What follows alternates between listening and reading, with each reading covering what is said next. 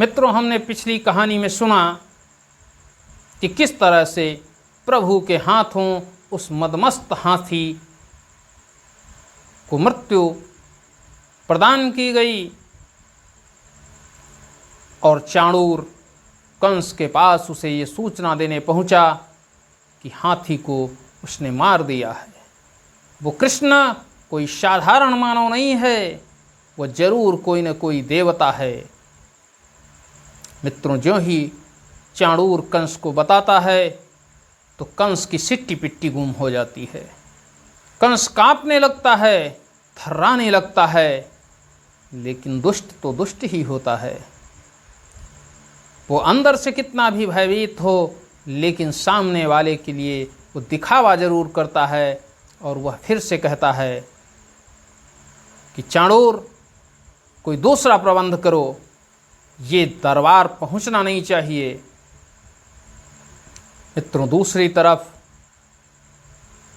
चाणूर उनसे कहता है कि महाराज, भले ही उसने हाथी को मार दिया हो, लेकिन हमारे इस दरबार में जो दंगल लगा हुआ है, इस दंगल के जो पहलवान हैं वो 100 हाथियों का बल रखते हैं और एक नहीं 4 पहलवान यहाँ पर मौजूद हैं। मुष्टिक भी उनमें से एक है जो 100 हाथियों का बल अकेले रखता है। वो भले ही हाथी को मार दे, लेकिन इन 100 हाथियों वाले के सामने वो कैसे टिकेगा, और वह उसे जरूर ललकार करके मृत्यु के घाट उतार देंगे। कंस को जब ये जानकारी मिलती है तो थोड़ा प्रसन्न होता है, कहता है हाँ सही है। दूसरी तरफ प्रभु श्री कृष्ण हाथी को मारते हैं और उसके दांत उखाड़ देते हैं। एक दांत प्रभु श्री कृष्ण के कंधे पर है और दूसरा दांत है श्री बलराम जी के कंधे पर। दोनों भाई, जिनके पीछे संपूर्ण मथुरा की जनता जय जयकार करती हुई आ रही है, क्योंकि इस उत्सव में एक ही देश के लोग नहीं थे, विदेशों से भी लोग आए हुए थे इस दंगल को देखने के लिए। और कंस ने एक चाल के रूप में अक्रूर जी को भेजा था कि उस कृष्ण को बुलाइए जिसने पोतनासरी की दैत्या का वध किया है, उसे हम वीरता पुरस्कार देना चाहते हैं। लेकिन वो वीरता पुरस्कार तो दिखावा मात्र था, उसका मुख्य कार्य था अपने शत्रु को समाप्त करना, उसका संहार करना। लेकिन उसे नहीं पता था कि नारायण का कोई संहार नहीं कर सकता है। नारायण जिसका चाहे उसका संहार कर सकते हैं। उनकी भ्रगुटी भी अगर इधर से उधर होती है तो समझो प्रलय आ जाता है। लेकिन सामने वाले अहंकारी को ये पता नहीं है कि ईश्वर का संहार इस धरती पर कोई नहीं कर सकता है, इसीलिए वह ईश्वर का संहार करने के लिए लगातार जुटा हुआ था।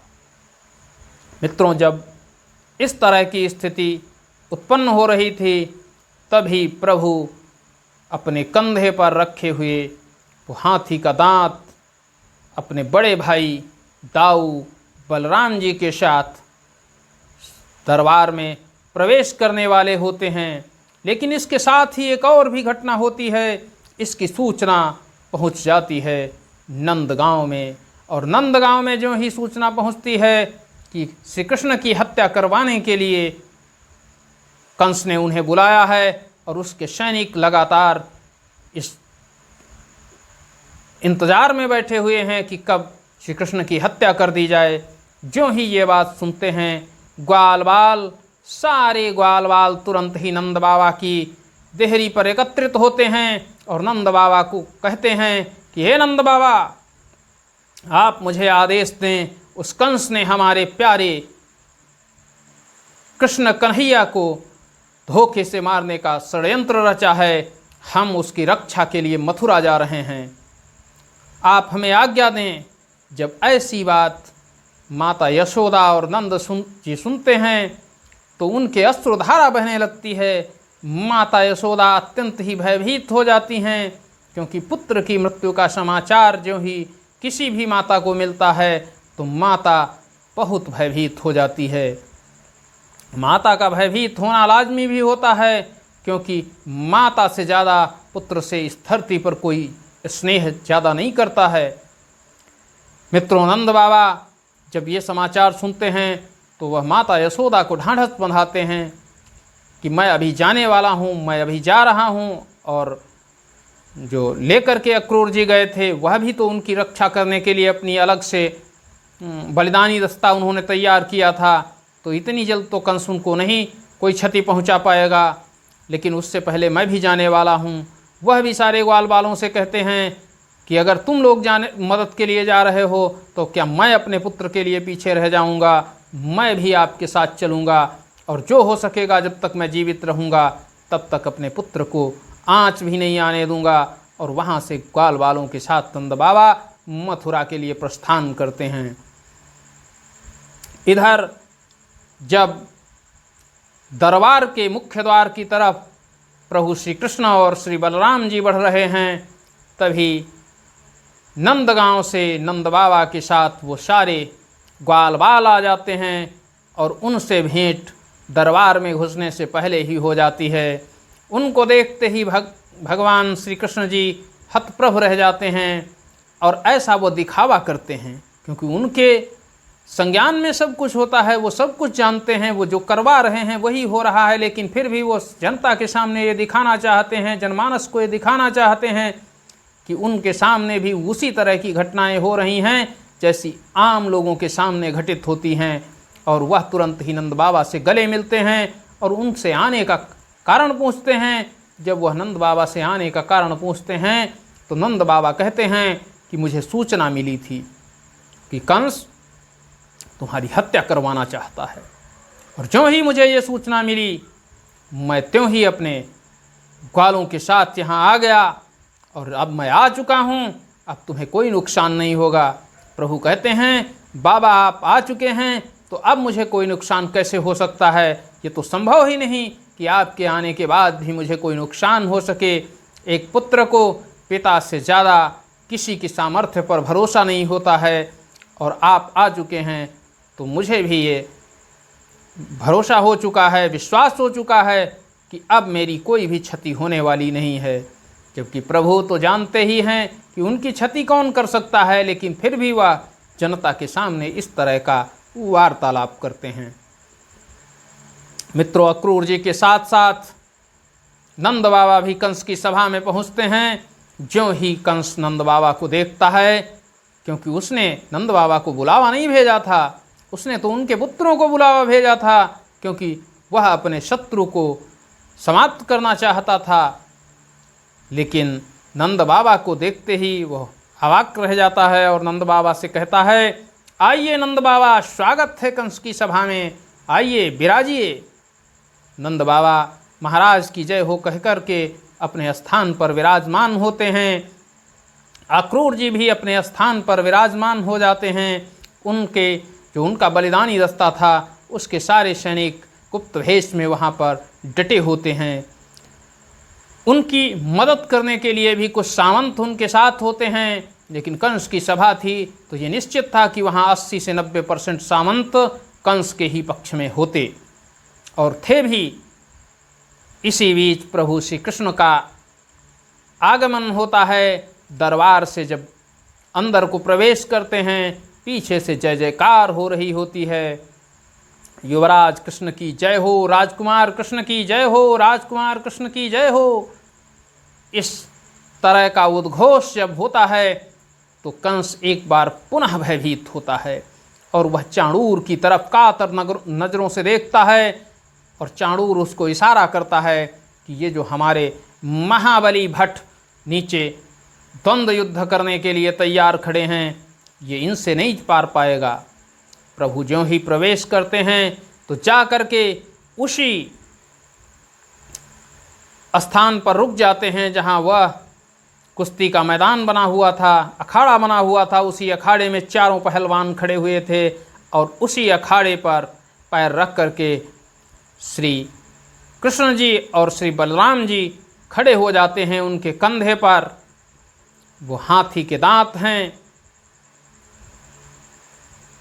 कंस उनको देखते हुए कहता है कि ऐ बालक, तुझे लगता है राजसभा में आने कैसे आया जाता है, ये पता नहीं तुझे पता भी क्या होगा, तू तो ग्वाल वालों के साथ रहा है, गांव में रहा है, तुझे क्या पता कि राज दरबार कैसा होता है, राज दरबार की प्रतिष्ठा क्या होती है, राजा को झुककर प्रणाम किया जाता है और राजा की अनुमति ली जाती है दरबार में पहुंचने से पहले।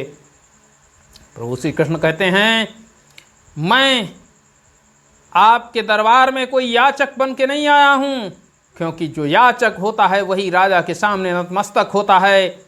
मैं आपका अतिथि हूँ और गलती तो आपकी है कि आपको उठकर हमारा सम्मान करना चाहिए था, क्योंकि आपने मुझे आमंत्रण पत्र भेजा था और मैं उस आमंत्रण पत्र पर आया हूँ, तो आपको हमारा सम्मान करना चाहिए था।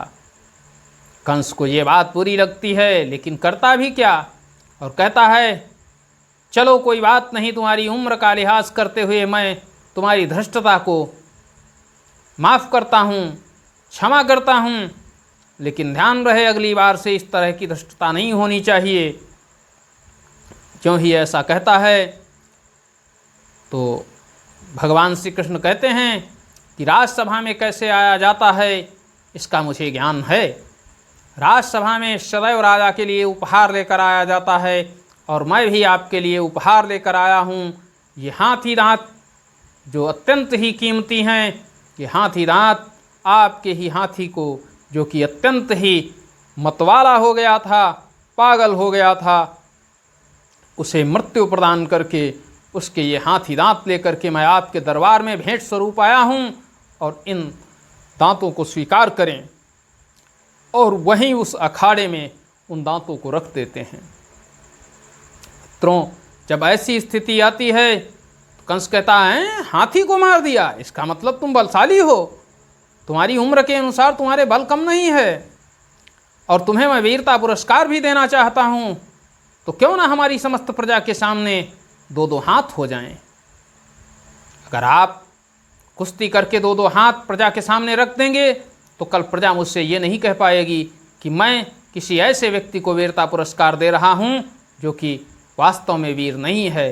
आप साबित कर देंगे कि आप वास्तव में वीर हैं, और दुनिया विदेश के भी यहाँ पर कई ढेर सारे लोग उपस्थित हैं, वह भी जान जाएंगे कि हमारे साम्राज्य में कोई एक ऐसा भी योद्धा है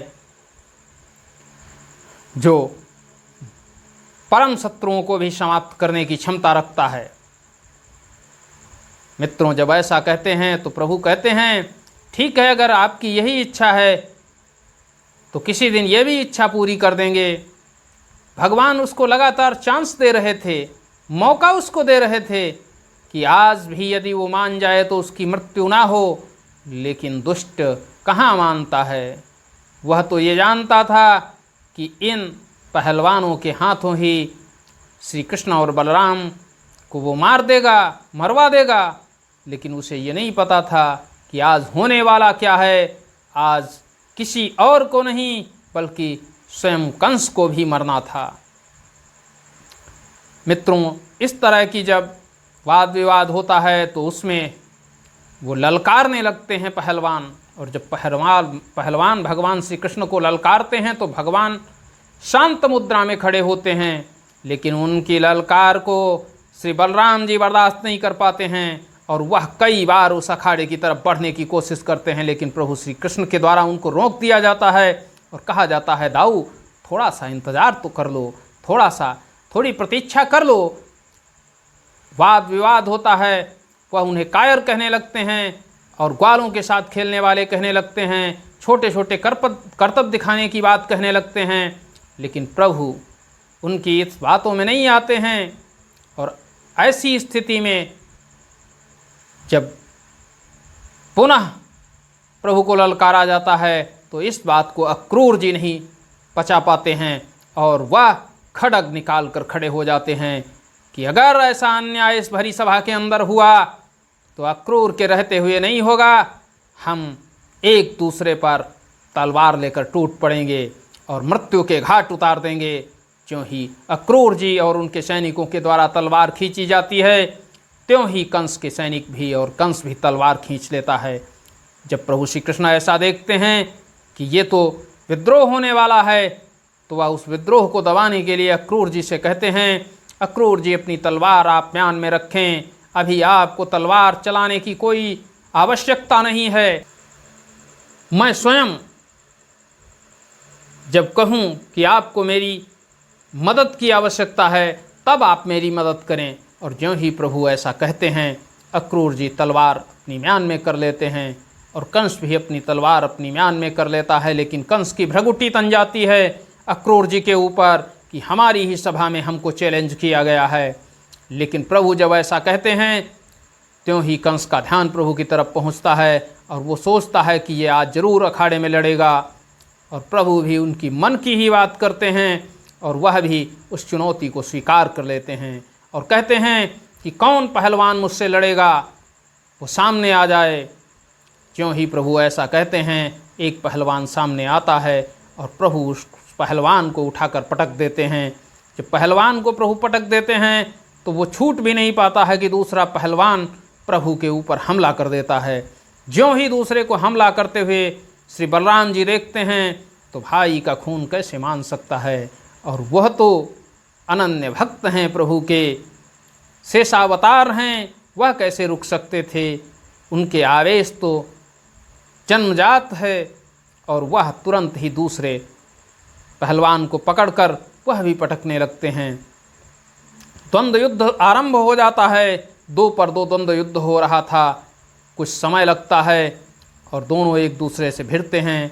100 हाथियों का बल वाला, जिसे गुमान था कि मेरे अंदर 100 हाथियों का बल है, वो प्रभु से कुछ समय के लिए ही टिक पाता है और थोड़ी ही देर में श्री बलराम जी के सहित भगवान दोनों को मृत्यु प्रदान कर देते हैं। और उन्हें ज्यों ही वो मरता हुआ वो दूसरे 2 पहलवान देखते हैं, वह तुरंत ही अटैक कर देते हैं। एक तरफ एक कुश्ती समाप्त नहीं हो पाती है, दूसरे योद्धा कुश्ती लड़ने के लिए उन पर अटैक कर देते हैं। ऐसे आक्रमण को देखकर प्रभु पुनः उन दोनों से भी लड़ने लगते हैं और उन दोनों से, एक से श्री बलराम जी और एक से प्रभु श्री कृष्ण स्वयं लड़ रहे होते हैं। मुष्टिक को प्रभु श्री कृष्ण जी मार रहे होते हैं, जबकि दूसरे पहलवान को बलराम जी मार रहे होते हैं। द्वंद्व युद्ध होता है, ना प्रभु कम दिखाई देते हैं और ना ही वो दोनों पहलवान कम दिखाई देते हैं। जब प्रभु कुछ थोड़ी सी लीला करते हैं और पीछे को हटते हुए दिखाई देते हैं, त्यों ही कंस मुस्कराता है। लेकिन ज्यों ही प्रभु उस मुष्टिक को पटकते हैं, त्यों ही कंस फिर से भयभीत होने लगता है। और ऐसा ही क्रम कुछ क्षणों तक चलता रहा और कंस तथा संपूर्ण सभा में उपस्थित संपूर्ण जन इस दृश्य को देख रहे थे। कुछ समय के पश्चात प्रभु और श्री बलराम जी दोनों लोग अपने अपने प्रतिद्वंदी को अखाड़े में पटक कर उसके ऊपर मुष्टिक प्रहार करते जाते हैं और इतने प्रहार करते हैं कि जब तक वह मृत्यु को प्राप्त नहीं हो जाते हैं तब तक वह उन्हें छोड़ते नहीं हैं। ज्यों ही उन दोनों को यमलोक पहुंचाते हैं प्रभु, त्यों ही कंस आदेश दे देता है कि ऐ सैनिकों, घेर लो, इन दोनों को बचकर जाने ना देना, इन्हें यहीं मृत्यु की नींद गोद में सुला दीजिए। ज्यों ही कंस का ये आदेश श्री अक्रूर जी सुनते हैं और नंद बाबा सुनते हैं, त्यों ही अक्रूर जी के और सैनिक और नंद बाबा के ग्वाल बाल अपने अपने हथियार लेकर उतर पड़ते हैं। उन सैनिकों के बीच द्वंद्व युद्ध होने लगता है और इसी बीच प्रभु दौड़कर कंस की गर्दन पकड़कर उसको पटक देते हैं। कंस तलवार का आवाहन कर लेता है, लेकिन प्रभु उसके तलवार वाले हाथ पर एक मुष्टिक प्रहार करते हैं। उसके हाथ से वो तलवार छूट जाती है। अब उसको चारों तरफ कृष्ण ही दिखाई दे रहे थे। इतना भयभीत होता है जितना भयभीत कोई भी व्यक्ति मृत्यु के समय नहीं होता है, उतना भयभीत कंस आज हो रहा था, क्योंकि उसकी मृत्यु उसके सामने दिखाई दे रही थी और वो कोई भी वार उस पर नहीं कर पा रहा था। जो भी वार करता था वो खाली जा रहा था। आज उसे लग रहा था कि आज तक का ही दाना पानी उसका था, आज तक की ही नींद उसके जीवन में लिखी हुई थी। आज वो अंतिम सांस लेने के कगार पर खड़ा था। जब एक तरफ कंस से भगवान श्री कृष्ण द्वंद्व युद्ध में जुटे हुए थे, तो वहीं पर श्री बलराम जी के साथ चाणूर का युद्ध हो रहा था। चाणूर भी बहुत ही बलवान था, क्योंकि कंस का जो महामंत्री होता, सेनानायक होता, वो कोई सामान्य तो नहीं हो सकता था। वह भी ज़्यादा नहीं तो कंस के बराबर बल तो रखने वाला ही था। एक तरफ बलराम जी चाणूर से युद्ध कर रहे हैं, तो दूसरी तरफ कंस से द्वंद्व युद्ध में जुटे हुए हैं श्री हरि, श्री कृष्ण के रूप में। और उस कृष्णावतार में वह उसको पटक पटक करके मारने लगते हैं। कंस भयभीत होकर, उसका मनोबल पहले से ही टूट चुका था, लेकिन फिर भी वह अपने सारे प्रयत्न करता है, अपनी सारी माया चलाता है, लेकिन प्रभु के सामने उसकी एक भी माया नहीं चल पाती है। अंत समय में जहाँ नंद बाबा अक्रूर जी के द्वारा सेना नायकों का संहार कर दिया जाता है, ग्वाल बालों और उनके दस्ते के द्वारा सैनिकों का संहार कर दिया जाता है, त्यों ही श्री बलराम जी के द्वारा चाणूर का संहार कर दिया जाता है। और वो हाथी दांत से ही उससे युद्ध कर रहे थे, और वो हाथी दांत ही चाणूर के पेट में घुसेड़ कर उसे मोक्ष प्रदान कर देते हैं, उसे यमराज के पास भेज देते हैं। मित्रों, एक तरफ चाणूर जब मृत्यु को प्राप्त करता है, कंस स्वयं को असहाय महसूस कर रहा होता है, क्योंकि ना ही वह अपने शत्रु का कुछ भी बिगाड़ पाता है। उसके सारे सैनिक और सारे योद्धा, उसका महामंत्री सेनानायक भी उसके सामने मारा जा चुका था। प्रभु कंस को किसी हथियार से नहीं मारते हैं, बल्कि द्वंद्व युद्ध में ही उसको पटक पटक करके ही लास्ट में उसकी गर्दन को दबा करके और उसके सर के ऊपर प्रहार करते हुए उसे मृत्यु की करीब तक ले जाते हैं, और उसके बाद उसकी गर्दन काट देते हैं। कंस की ज्यों ही गर्दन कटती है, त्यों ही उस सभा के अंदर तो जय जयकार होने ही लगता है। मित्रों, आसमान में समस्त देवता ब्रह्मा जी के साथ आकर के प्रभु की प्रार्थना करने लगते हैं, प्रभु की प्रशंसा करने लगते हैं, पुष्प वर्षा होने लगती है, और प्रभु मरते हुए कंस को श्री हरि का रूप दिखा देते हैं। क्योंकि प्रभु तो भक्त वत्सल हैं, भले ही वह द्वेषपूर्ण ढंग से प्रभु से पेश आ रहा होता, आतताई था, लेकिन प्रभु के हाथों जिसकी मृत्यु होती है उसका मोक्ष ही होता है, वह कभी नरक में नहीं पहुंचता है। मित्रों, आज कंस का भी समापन हो चुका था, और मथुरा में एक भय, आतंक, दुराग्रही राजा का अंत हो चुका था। आज जनता को स्वतंत्रता का नया आभास हो रहा था, क्योंकि आज उसे ऐसा लग रहा था कि जैसे वह अपनी बात दूसरे के सामने रखने में कोई संकोच नहीं करेगा, कोई भय नहीं होगा, किसी आतंक से वो पीड़ित नहीं होगा। आज ईश्वर के गुणगान करने के लिए उसे कोई रोकेगा नहीं। मित्रों, प्रभु की जय जयकार हो रही होती है, और साथ ही साथ प्रभु को राजकुमार से राजा बनने के लिए जनता पहले से ही कहने लगती है, चिल्लाने लगती है। लेकिन प्रभु तो प्रभु हैं, वो राजा बनने के लिए मथुरा नहीं आए थे, वो मथुरा देव कार्य करने के लिए आए थे, वो धर्म कार्य करने के लिए आए थे, वो संतों का जो भय था उसको हरने के लिए आए थे, उस आताताई दुराग्रही राजा कंस को दंड देने के लिए आए थे। उसका संहार करने के बाद वह सबसे पहले अपने माता पिता के पास जाना चाहते हैं, और सबसे कहते हैं कि मुझे कारागार का रास्ता बताया जाए, कि कारागार किधर है, जहाँ मेरे माता पिता श्री वसुदेव और देवकी जी आज भी बंदी गृह में पड़े हुए हैं। मित्रों, इस स्थिति को देखते हुए उन्हें कुछ सैनिक जो कि प्रभु से प्रेम करते थे, वह उन्हें कारागार का रास्ता दिखाते हैं। मित्रों, आज कंस वध के साथ इतनी ही इस एपिसोड में कथा है।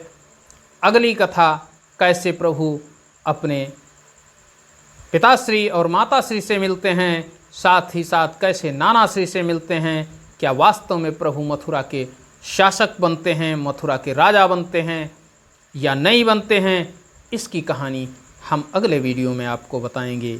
इस वीडियो को लाइक करें, चैनल को सब्सक्राइब करें और हमारा मनोबल बढ़ाएं। कमेंट करके बताएं कि कौन सी स्टोरी आगे आपको सुननी है। आप बताएंगे, हम वह स्टोरी आपको सुनाने, वो कथा आपको सुनाने का संपूर्ण प्रयास करेंगे। आज के लिए बस इतना ही। जय हिंद, जय भारत, नमस्कार मित्रों।